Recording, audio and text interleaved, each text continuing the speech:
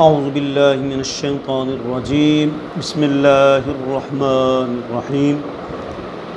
ناظرین، ناظرات، سامعین، سامعات، آج کل کے دور میں اکثر لوگ ایک چیز سے بہت غفلت کا برتاؤ کر رہے ہیں۔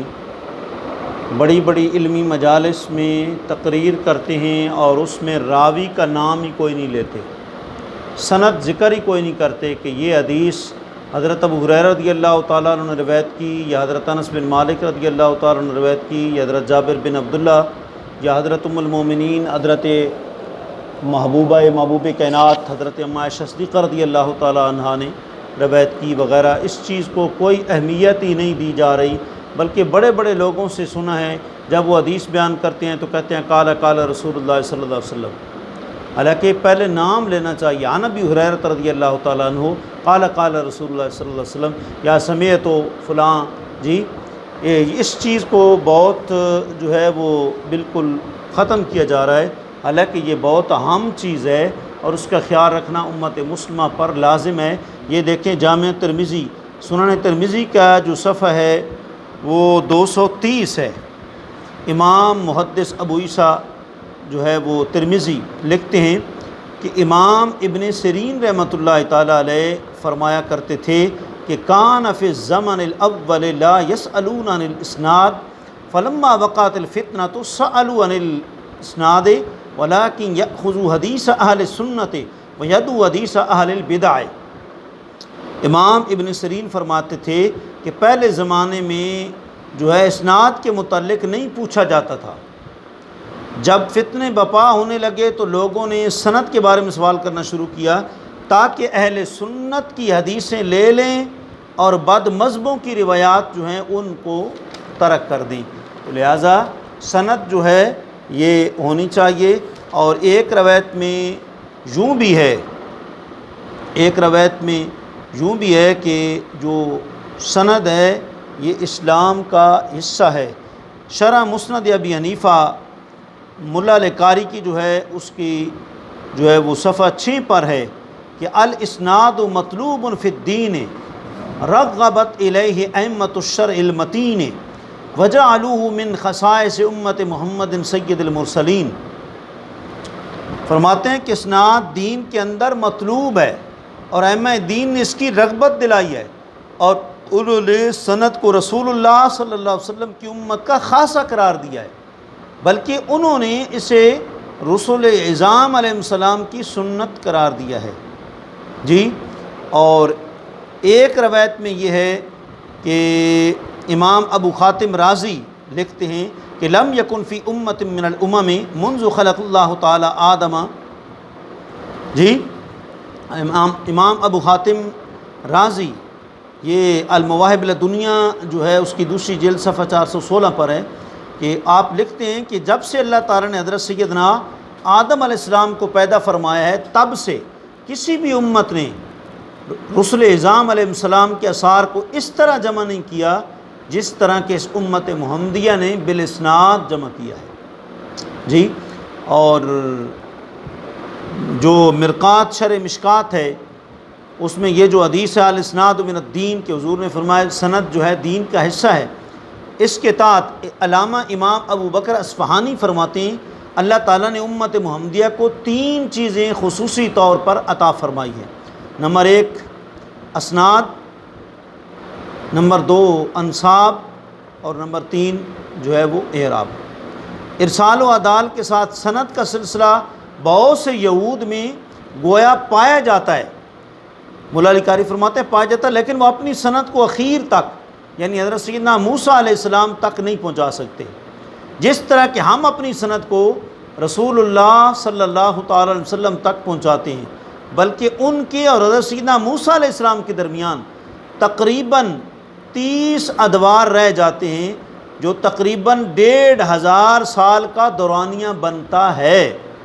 وہ سند کے ذریعے شمعون کے آس پاس تک پہنچتے ہیں، اس سے اوپر سلسلہ سند کو بیان کرنا ان کے لیے ممکن نہیں۔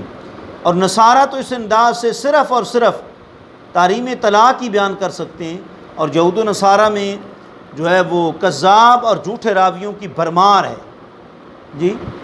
اور سفیان ثوری فرماتے ہیں کہ الاسناد صلاح المؤمن فاذا لم يكن معه صلاح فبأي شيء يقاتل۔ امام سفیان ثوری فرماتے ہیں کہ سند جو ہے مومن کا ہتھیار ہے، جب تک ہتھیار اس کے پاس نہیں ہوگا وہ کیسے لڑے گا؟ جی یہ کتاب الضعفاء میں امام ابو زرع الرازی نے جو ہے اس کی پہلی جلد صفحہ 7 پر ذکر کیا۔ اور یہ دیکھیں ملا علیہ قاری کی جو شرح ہے مسند امام اعظم، اس میں فرماتے ہیں کہ امام شافعی فرماتے ہیں جو شخص بلا سند حدیث تلاش کرتا ہے وہ رات کے وقت لکڑیاں جمع کرنے والے کی طرح ہے کہ وہ خشک اور ہری ہر طرح کی لکڑیاں جمع کر لیتے ہیں۔ اسی طریقے سے جی، اور ایک روایت میں یوں ہے، حضرت عبداللہ ابن مبارک فرماتی ہیں کہ الاسناد من الدین ولولا الاسناد لقال من شاء ما شاء۔ صحیح مسلم کی یہ روایت ہے، پہلی جلد ہے، صفحہ 15 ہے۔ حضرت سیدنا عبدان بن عثمان کہتے ہیں کہ میں نے حضرت سیدنا عبداللہ بن مبارک کو فرماتے سنا کہ اسناد دین کا حصہ ہے، اگر سند نہ ہوتی تو جو جس کے جی میں آتا وہی بیان کر دیتا۔ اور ایک روایت میں ہے عبداللہ بن مبارک فرماتے ہیں کہ مثل الذی یطلب امر دینہ بلا اسناد کمثل الذی یرتقی السطح بلا سلم۔ آپ فرماتے ہیں کہ جو شخص بھی اپنے دین کے امر کو بغیر سند کے لینا چاہتا ہے وہ شخص کی طرح جو بغیر سیڑھی کی مکان کی چھت پر جانا چاہتا ہے۔ جی تو لہٰذا سند جو ہے وہ بہت ہی ضروری ہے۔ یہ دیکھیں العلل المتناہیہ فی الحدیث الواہیہ، علامہ جمال الدین ابو الفرج محدث ابن جوزی رحمۃ اللہ تعالی علیہ کتاب ہے، پہلی جلد ہے اور صفحہ 460 پر ہے۔ امام معارک بن عبادہ نے عبداللہ بن سعید مقبری سے روایت کی، انہوں نے اپنے والد گرامی سے اور انہوں نے حضرت سیدنا ابو ہریرہ سے روایت کی کہ رسول اللہ صلی اللہ علیہ وآلہ وسلم نے فرمایا کہ جمعہ اس پر واجب ہے جس کو رات ٹھکانہ دے، یعنی رات کو گھر واپس لوٹے۔ تو امام احمد بن حسن کہتے ہیں کہ یہ سن کر حضرت سیدنا امام احمد بن حنبل کو بہت زیادہ غصہ آ گیا، چنانچہ آپ نے 2 مرتبہ فرمایا فلاں رب تعالیٰ سے بخشش مانگ، رب تعالیٰ سے بخشش مانگ۔ امام احمد بن حنبل کو اس لیے غصہ آیا کہ انہوں نے ضعیف سند کے باعث رسول اللہ سے اس کی تصدیق نہیں کی، کیونکہ ان کے نزدیک یہ غیر مشہور ہے اور حجاج بن نصیر حدیث میں نہایت ضعیف قرار دیا گیا ہے۔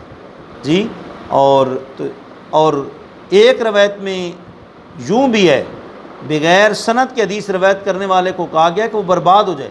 امام زہری کہتے ہیں قال رسول صلی اللہ علیہ وسلم فقال الزہری قاتلک اللہ یا ابن ابی فروۃ تجیؤنا بحدیث لیس لها خصم ولا ازمنہ، کہ امام زہری نے اسحاق بن عبداللہ بن ابی فروہ کو کہتے ہوئے سنا کہ رسول اللہ نے فرمایا، امام زہری رحمۃ اللہ تعالیٰ نے فرمایا کہ اے ابن ابی فروہ اللہ تعالیٰ تم کو برباد کرے، ہمارے پاس بے مہار اور بے لگام حدیث لاتے ہو۔ جی تو لہٰذا ہمیں آخری بات، بغیر سند کے کوئی بھی حدیث ہے، بغیر راوی کے نام کے کوئی بھی حدیث نہیں بیان کرنی چاہیے۔ جب بھی قال رسول اللہ کہیں تو راوی کا نام بھی لیں، اور آخر میں جیسے ابن ماجہ میں یوں بھی کہیں او کما قال علیہ الصلوۃ والسلام، ہم سے ہو سکتا ہے حضور کے الفاظ میں بھی کچھ جو ہے وہ کمی ہو جائے، اس لیے آخر میں یہ الفاظ کہیں۔ جی حضور غوث پاک نے تو گستاخی کرنے والے کو جو ہے وہ قتل کر دیا، اور اس قسم کی جو ہے وہ باتیں دیکھیں۔ شیخ ابو المظفر ایک دن غوث پاک کی برگاہ میں حاضر ہوا اور آپ تکیہ کے ساتھ ٹیک لگائے بیٹھے تھے۔ اب لوگ کہتے ہیں یہ تو گستاخی ہے ہی نہیں جی، کہ حدیث تو بیان کر دی ہے نا جی، نہیں، ٹیک لگائے بیٹھے تھے۔ ایک شخص نے عرض کیا وہ فلاں شخص جو عبادت و کرامت میں اور خلوت و زہد میں بہت مشہور ہے، جی اس نے کہا کہ میرا درجہ حضرت یونس علیہ السلام سے بھی اونچا ہو گیا ہے، نعوذ باللہ من ذالک۔ اتنا سننا تھا، دیکھیں نا، اتنا سننا تھا کہ حضرت غوث اعظم کو سخت جلال آ گیا اور ٹیک چھوڑ کر بیٹھ گئے اور اپنا تکیہ اٹھا کر اپنے سامنے پھینک دیا۔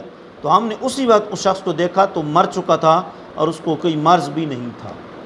اللہ کریم ہمیں ہر قسم کی جو ہے وہ آقا علیہ الصلوۃ والسلام صحابہ کرام کی بے ادبیوں سے محفوظ فرمائے، ہر بات سند کے ساتھ مستند بیان کرنے کی توفیق عطا فرمائے۔ اللہ کریم ہمیں قرآن و سنت کا پیغام صحیح معنوں میں عام کرنے کی توفیق عطا فرمائے۔ وآخر دعوانا الحمدللہ رب العالمین۔